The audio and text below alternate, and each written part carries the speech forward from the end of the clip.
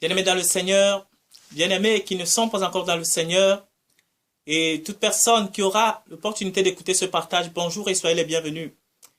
Bien-aimés dans le Seigneur, le thème de notre matin est intitulé Naaman et son serviteur. Naaman et son serviteur, pourquoi ce thème ce matin, mes bien-aimés dans le Seigneur? C'est juste pour nous enseigner quelque chose.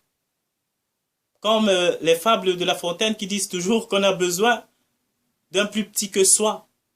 Et pour nous montrer aussi une leçon de vie que Naaman, le grand général, le chef des armées, a reçu de la part d'un simple officier de troupe, mes bien-aimés dans le Seigneur. Et je vais essayer de joindre cela à la vie actuelle que nous vivons aujourd'hui. Je vais essayer de faire une connotation avec ce que la plupart des gens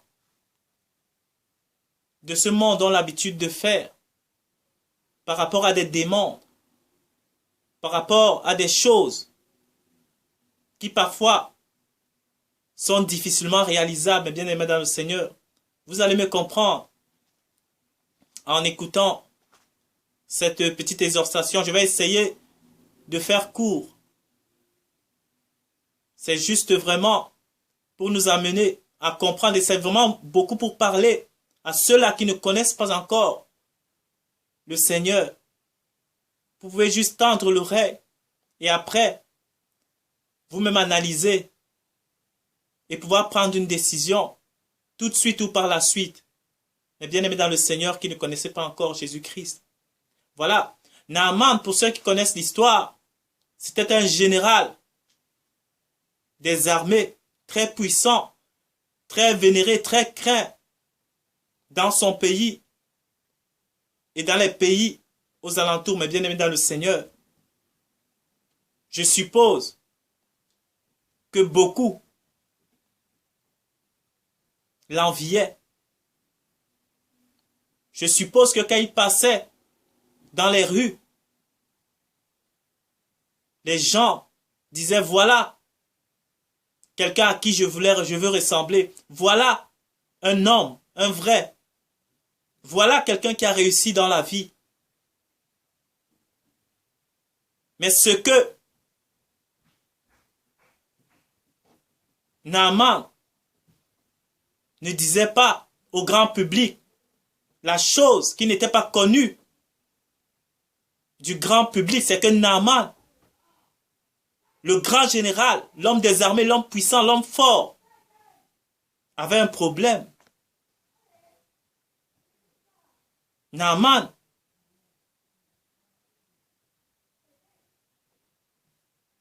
avait quelque chose de grave qui, de par sa parure, par sa prestance, par son habillement, par son éloquence, ne paraissait pas aux yeux des hommes et des femmes qui le côtoyaient. Mais Naaman, seul le soir, face à son miroir, dans sa chambre, face à lui-même,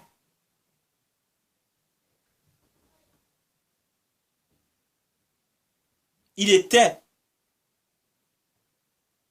devant un grand dilemme, mais bien aimé dans le Seigneur. Naaman avait une maladie honteuse à l'époque. Le corps de Naaman était couvert de lèpre.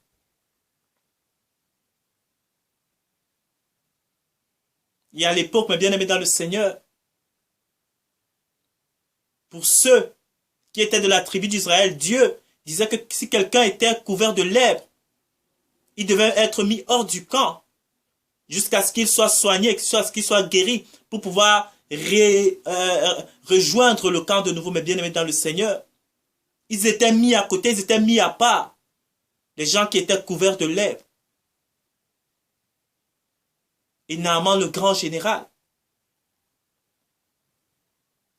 en était couvert de la plante des pieds jusqu'à la tête. Mes bien-aimés dans le Seigneur. C'était un problème.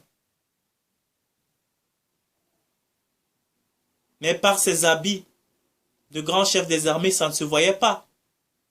Par son attitude, toujours poitrine bombée, tête droite, regardant devant lui bien fier, ça ne se voyait pas.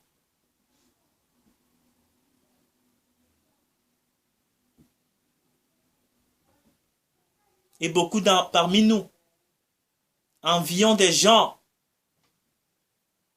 qui, si on connaissait leur vie intime, qui, si on savait véritablement leur vraie nature, on devait avoir pitié d'eux, mes bien-aimés dans le Seigneur. Naaman était malade. Il avait un vrai problème. Mais ceci, mes bien-aimés dans le Seigneur, n'est pas véritablement l'objet de mon exhortation ce matin, mes bien-aimés. Ce que je veux, que vous qui ne connaissez pas encore le Seigneur, mes bien-aimés, que vous pouvez retenir aujourd'hui, c'est que Naaman, le grand général, avait fait captif une jeune fille de la tribu d'Israël. Une jeune fille qui connaissait un prophète dans son pays, qui faisait des grands miracles, qui faisait des guérisons, qui était utilisé puissamment par Dieu. Et cette petite fille-là était au service de Naaman. Et un jour, dans l'entourage de Naaman, elle a entendu dire que Naaman avait un problème. Et la petite fille a dit, si mon Seigneur Naaman connaissait le prophète, son problème sera réglé tout de suite. Et les gens ont entendu cela, on est parti vers Naaman, on lui a dit, il y a une petite fille ici que tu as fait captive, qui dit que dans son pays, dans sa contrée, dans sa ville, il y a quelqu'un qu'elle connaît qui peut avoir une solution pour ton problème, comme on dit souvent. Il peut faire quelque chose pour toi.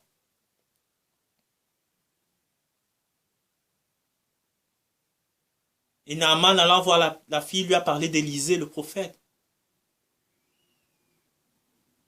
Et Naaman a préparé toutes ses affaires, vêtu fièrement. Il a préparé même des vivres, des présents pour apporter à l'homme de Dieu, pour apporter au prophète de Dieu, Élisée. Et la Bible dit que lorsqu'il est arrivé devant la porte du prophète, le prophète est sorti, il a regardé. Le prophète connaissait même déjà sa situation avant. Le prophète lui a dit, pour ta solution, là je suis en train de résumer vite, pour ta solution, il faut que tu ailles te plonger dans le Jourdain 7 fois et tu seras guéri, c'est tout.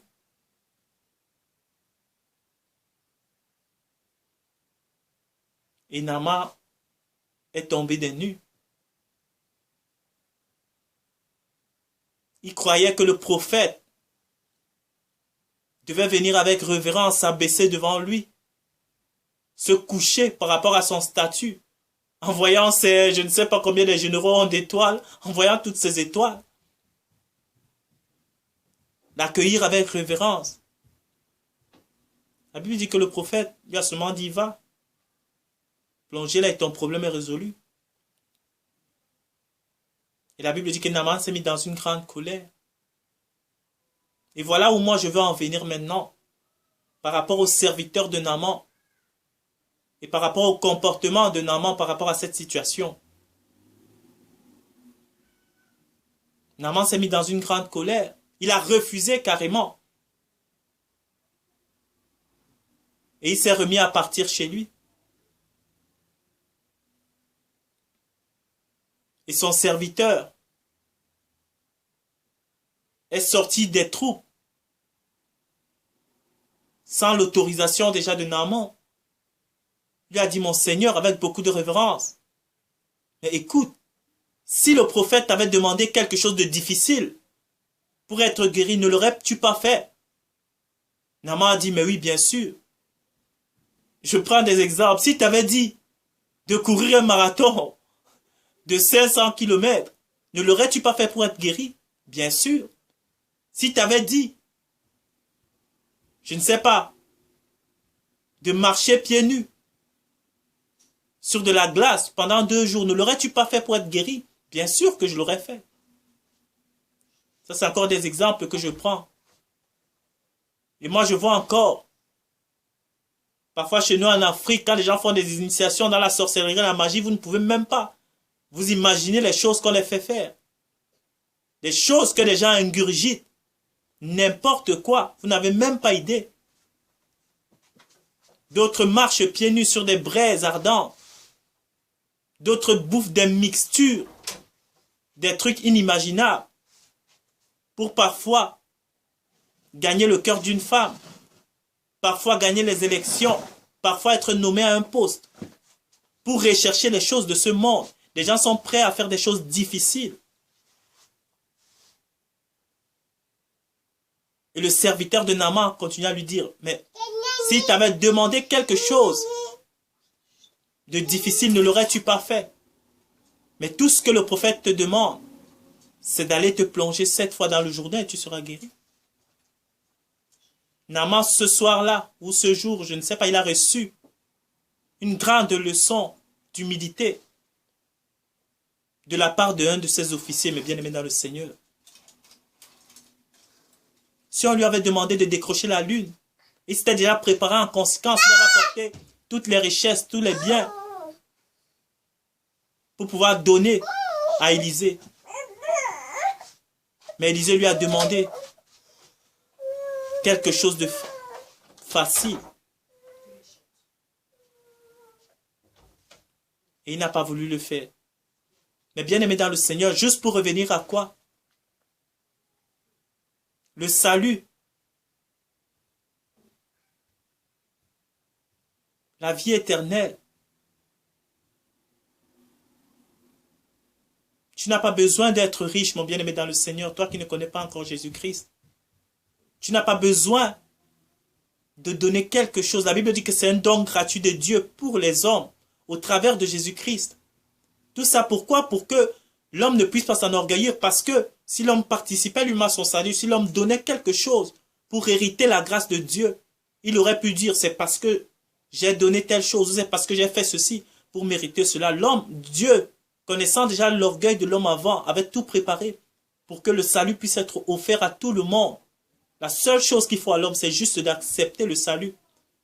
Je dis toujours que la seule chose qui amènera l'homme en enfer, ça ne sera pas son péché. Ça ne sera pas tout ce qu'il aura fait. Ça sera lui-même de s'être exclu de la grâce de Dieu. Ce sera lui-même d'avoir refusé le salut de Dieu dans sa vie. C'est tout. C'est la seule chose. Peu importe tes fautes, tes iniquités, tes péchés. Si tu te repens, tu demandes pardon à Dieu d'un cœur sincère, tu demandes à Dieu de te changer, de te transformer, de venir dans ta vie Jésus-Christ. Dieu va te transformer. Dieu va te changer. Mais ce qui va t'exclure du salut de Dieu, ce sera simplement que toi-même tu le refuses. Comme Naaman a voulu refuser la guérison de sa lèpre à s'en allant, parce qu'il ne voulait pas se jeter dans le Jourdain. Soi-disant, il y avait beaucoup plus de fleuves chez lui, beaucoup plus propres, beaucoup plus grands, beaucoup plus spacieux, beaucoup plus luxueux, je peux même dire. Il a failli passer à côté de son salut, à côté de sa grâce. Heureusement pour lui, il y avait un officier sage parmi ses troupes qui est venu lui dire, mais si on t'avait demandé quelque chose d'inimaginable, tu l'aurais fait. Quelque chose de difficile, tu l'aurais fait. Va te plonger 7 fois, ça ne te coûte rien. 7 fois dans le Jourdain. Et ressors, tu en seras guéri.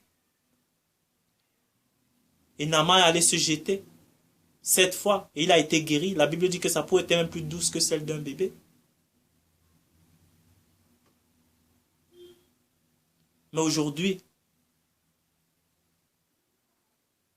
beaucoup de gens, peut-être après ce partage, je vais vous inviter à donner votre cœur à Christ.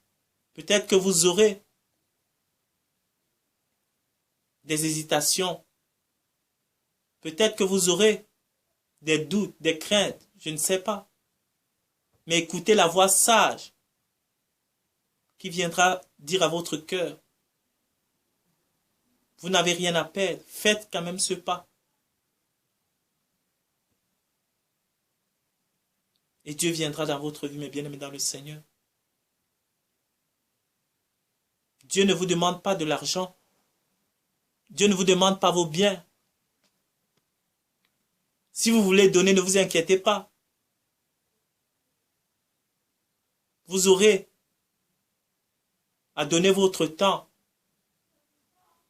à donner tous vos dons, tous vos talents que vous avez à Dieu, mais après avoir été sauvé, vous ne pouvez rien donner à Dieu avant votre salut, mon bien-aimé dans le Seigneur, ma bien-aimée dans le Seigneur.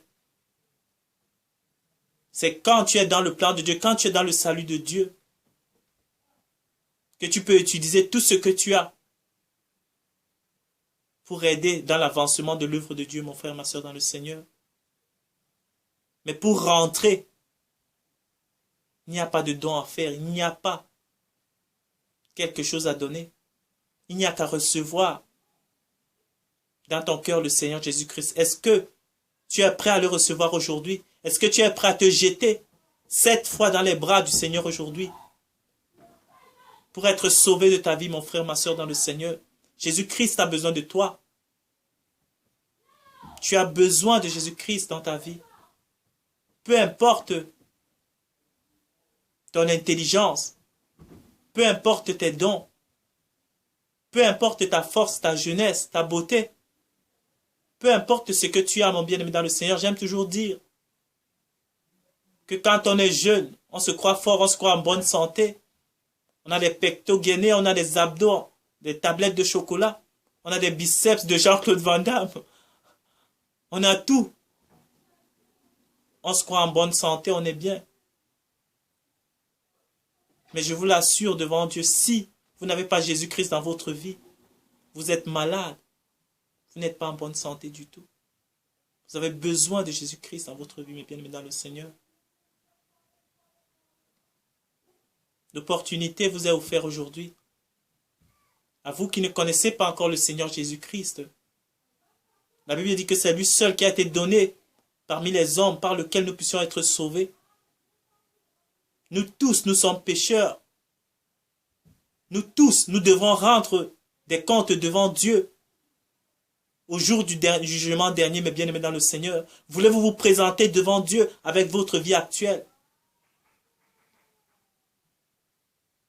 Qu'est-ce que vous serez capable de dire si vous mourrez aujourd'hui et que vous devez rendre compte au Dieu Tout-Puissant? Que lui direz-vous aujourd'hui, mes bien-aimés dans le Seigneur? Moi, je peux vous le dire d'avance. Il n'y aura rien du tout à dire. La Bible dit que toute bouche sera fermée en ce moment-là. Vous ne pourrez rien dire du tout pour votre défense. Votre vie de péché défilera devant vos yeux. Ce sera votre sentence, votre accusation finale. Vous ne saurez rien dire pour votre défense, mes bien-aimés dans le Seigneur. C'est pourquoi je vous en supplie, je vous en conjure, par l'amour de Dieu, de vous donner à Jésus-Christ aujourd'hui, de donner votre cœur à Jésus-Christ, parce que la seule chose qu'il ne peut pas faire, c'est de le faire à votre place. Dieu n'est pas un dictateur, Dieu ne force pas. Mais il dit, voici, je me tiens à la porte et je frappe. Si tu entends la voix et ouvre la porte, j'entrerai chez toi, je souperai avec toi et toi avec moi. Dieu a juste besoin que tu lui ouvres la porte de ton cœur, afin qu'il puisse venir y régner, afin qu'il puisse venir diriger ta vie, la conduire. Si tu veux, tu peux le recevoir aujourd'hui, c'est facile. Tu peux faire une prière dans ta chambre, demander pardon pour tes péchés, l'accepter dans ta vie, dire que peut-être tu as fait des choses innommables, tu as fait des choses difficiles pour hériter les biens de ce monde, pour hériter, je ne sais pas, la connaissance, pour hériter de grandes choses. Mais aujourd'hui, tu as compris que cela n'était pas important, que tu as compris que cela ne te menait nulle part, et que tu veux Jésus-Christ aujourd'hui dans ta vie. Peut-être tu ne ressentiras pas des frissons, tu ne ressentiras peut-être rien de spécial. Parce que comme je le disais dans les traditions en Afrique, des coutumes. On te fait voir, tu as des hallucinations, tu as des choses, je ne sais pas. Mais, quel est le résultat? C'est la mort. C'est l'éloignement avec Dieu. C'est la condamnation. C'est la malédiction.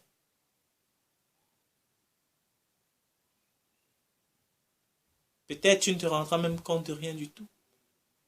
Mais tu auras une paix dans ton cœur que ce monde-ci ne peut pas te donner.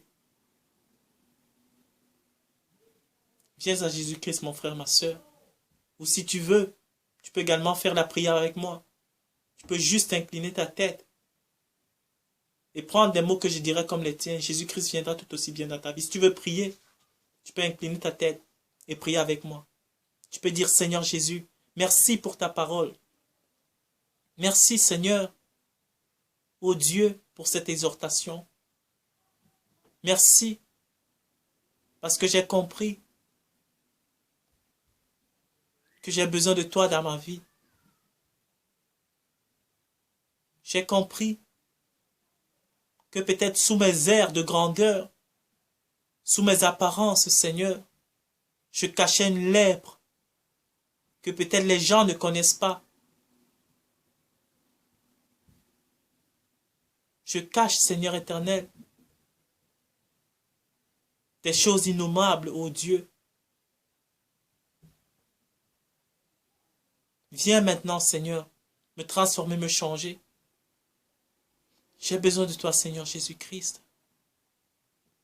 Viens être le centre de ma vie.